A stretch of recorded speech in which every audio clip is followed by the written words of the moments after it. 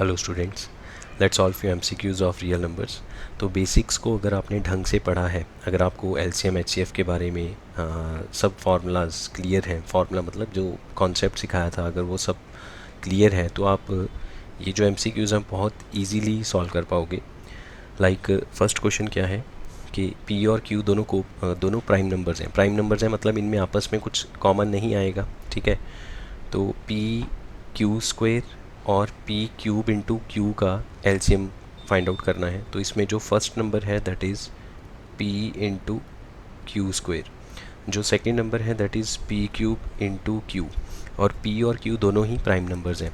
तो जब हमने एलसीएम करना है, एलसीएम उसका फॉर्मूला क्या था, all factors with highest power. इसमें दो ही तो फैक्टर्स हैं, पी और क्यू, तो हमने पी और क्यू दोनों लिख लिए। अब इनकी पावर हाईएस्ट होनी चाहिए।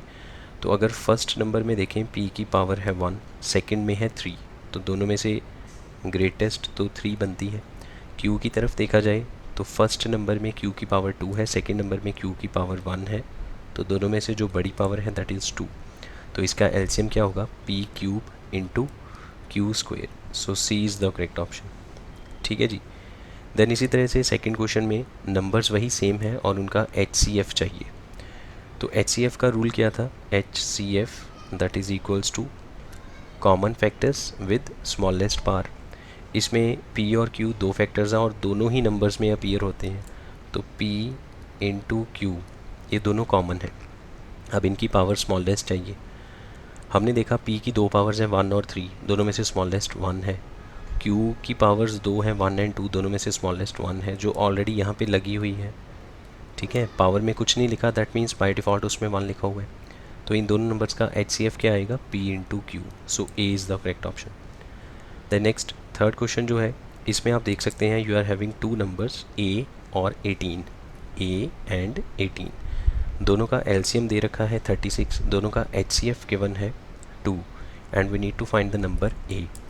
इसमें आपको याद होगा हमने फार्मूला किया था दो नंबर्स का प्रोडक्ट, जिन दो नंबर्स का प्रोडक्ट करेंगे that will be equals to HCF into LCM, उन्हीं दोनों का, ठीक है। तो अगर मैं A को 18 के साथ मल्टीप्लाई करूँगा that will be called product of two numbers and that is equals to LCM into HCF। इन दोनों का LCM गिवन है 36 इंटू HCF गिवन है 2। अब जो 18 है उसको 36 के साथ कट कर सकते हैं, 18 वन ज़ा 18 टू ज़ा, so A is equals to 2 into 2 that means 4। So C is the correct option. इसी तरह से आप फोर्थ क्वेश्चन खुद सॉल्व कर सकते हैं।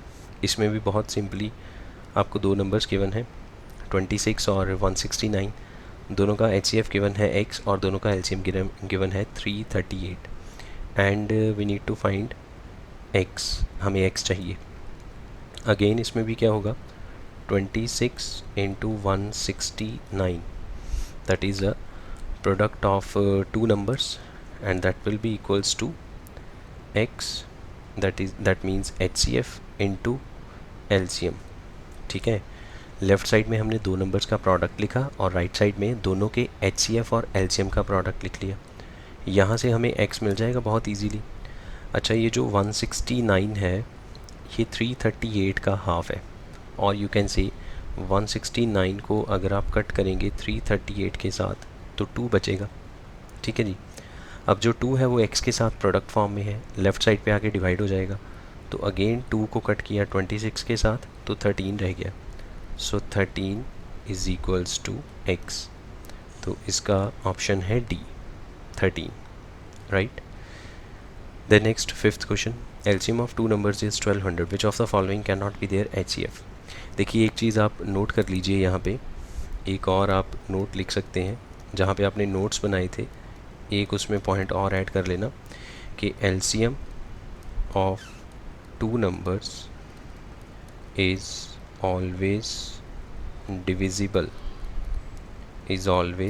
Divisible by HCF of same numbers, ठीक है जी। अच्छा, यहाँ पे 2 की जगह 2 से ज़्यादा भी हो सकते हैं, एलसीएम ऑफ 2 और मोर नंबर्स, मतलब ज़रूरी नहीं है कि 2 का ही एलसीएम, कि ये प्रॉपर्टी 2 या 2 से ज़्यादा कितने भी नंबर्स हों सबके लिए होल्ड करेगी। कि अगर आपके पास मान लो 5 नंबर्स हैं आपने उनका एलसीएम फाइंड आउट किया, उन्हीं पांचों का एचसीएफ फाइंड आउट किया, तो जो एलसीएम होगा वो हमेशा ही एचसीएफ के साथ एग्जैक्टली डिविजिबल होगा। मतलब एलसीएम को जब एचसीएफ के साथ डिवाइड करेंगे तो रिमाइंडर ज़ीरो आएगा। ठीक है, तो ये चीज़ याद रखेंगे। इसके बाद हम फिफ्थ क्वेश्चन सॉल्व कर सकते हैं। LCM of two numbers is 1200। अब इसमें से कौन एचसीएफ नहीं हो सकता? देखो, जो 1200 को डिवाइड कर देगा वो एचसीएफ हो सकता है।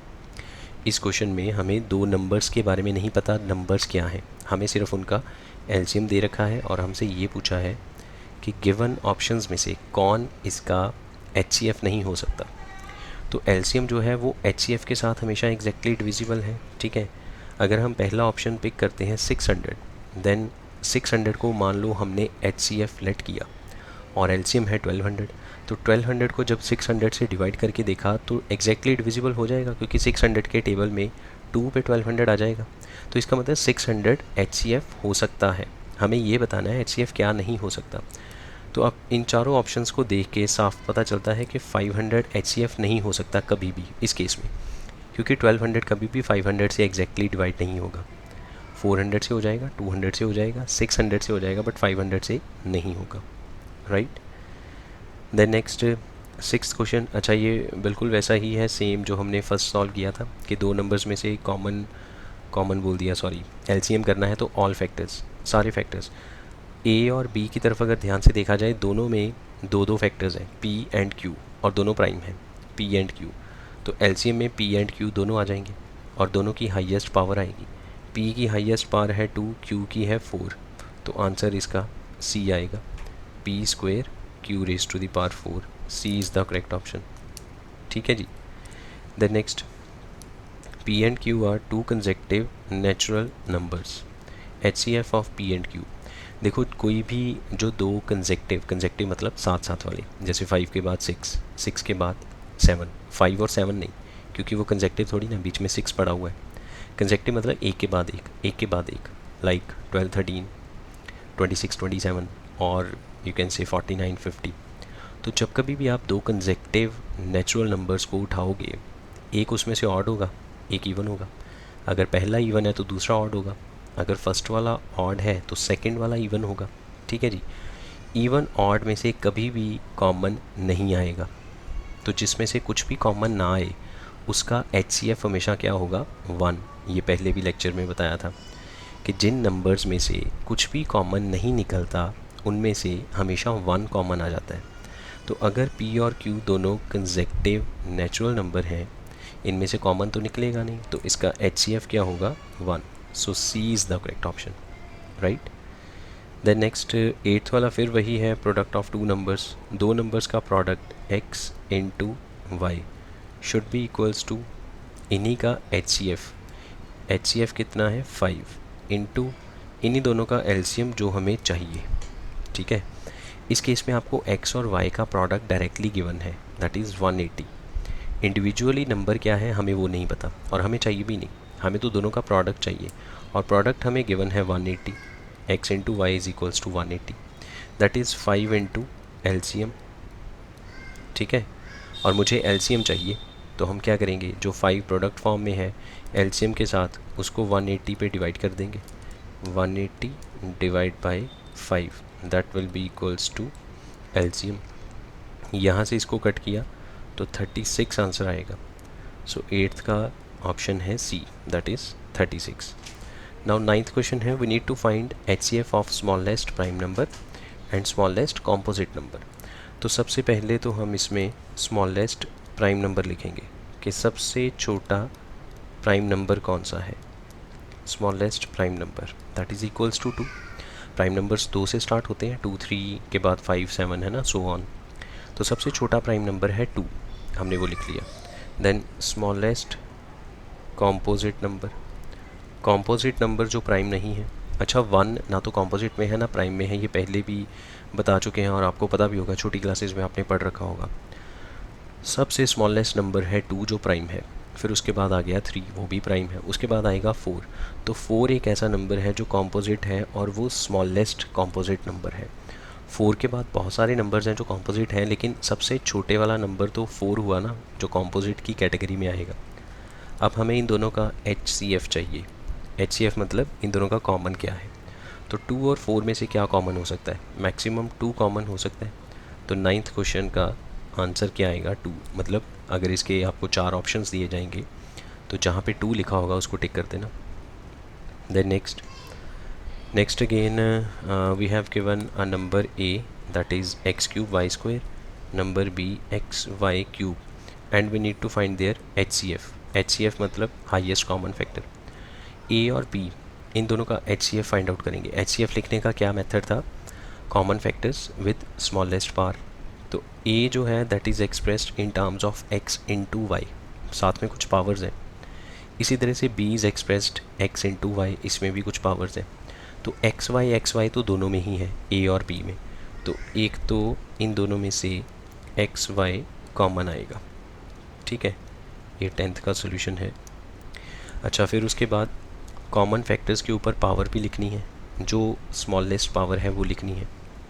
ए में देखा जाए x की पावर 3 है, बी को देखा जाए तो x की पावर 1 है। तो दोनों में से स्मॉलेस्ट क्या हुआ, ऑफ कोर्स 1 ऑलरेडी लगी हुई है यहाँ पे।